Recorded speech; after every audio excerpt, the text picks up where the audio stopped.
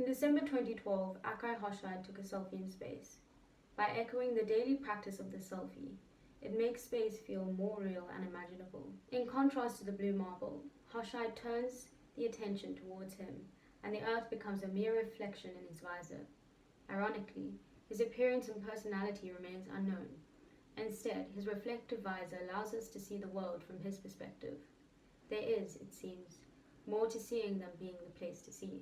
In that same year, NASA created a new version of the blue marble, which is currently one of the most accessed images with over 5 million downloads. Unlike the original, this image was created through a composition of multiple images taken by a satellite. In its accuracy to detail, it allows us to observe the many facets of our changing Earth. The planet is physically different and changing rapidly.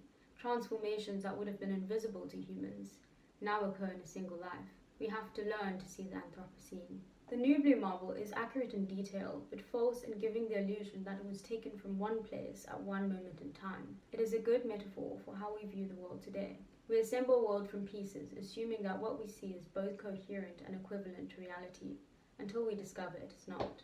Much like the financial global crisis that took place in 2008, what authorities asserted to be a perfectly calculated financial market collapsed without warning. What would have once just been a local misfortune became a global catastrophe due to the very connectedness of our financial market today. The crisis shows that this is one world now, like it or not. At the same time, one world does not mean it is equally available to all. Due to social and political issues, as well as your nationality, our freedom becomes restricted. The ads and politicians assure us that there is one global system now, but our daily lives tell us otherwise. A visual culture is not only what has been made to be seen, such as paintings and films. It is the relationship between what is visible and the names we give them, but it also involves the invisible. There are institutions that try to shape that view, like when police officers tell us to move on, there's nothing to see here, only of course there is something to see. If it is a car crash, that may be appropriate, but if it is a question of how we see history as a whole, then surely we should be looking. Over to Rian, who will further delve into visual culture.